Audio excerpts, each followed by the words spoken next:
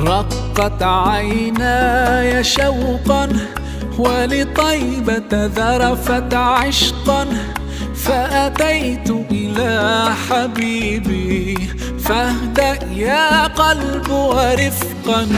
صلي على محمد.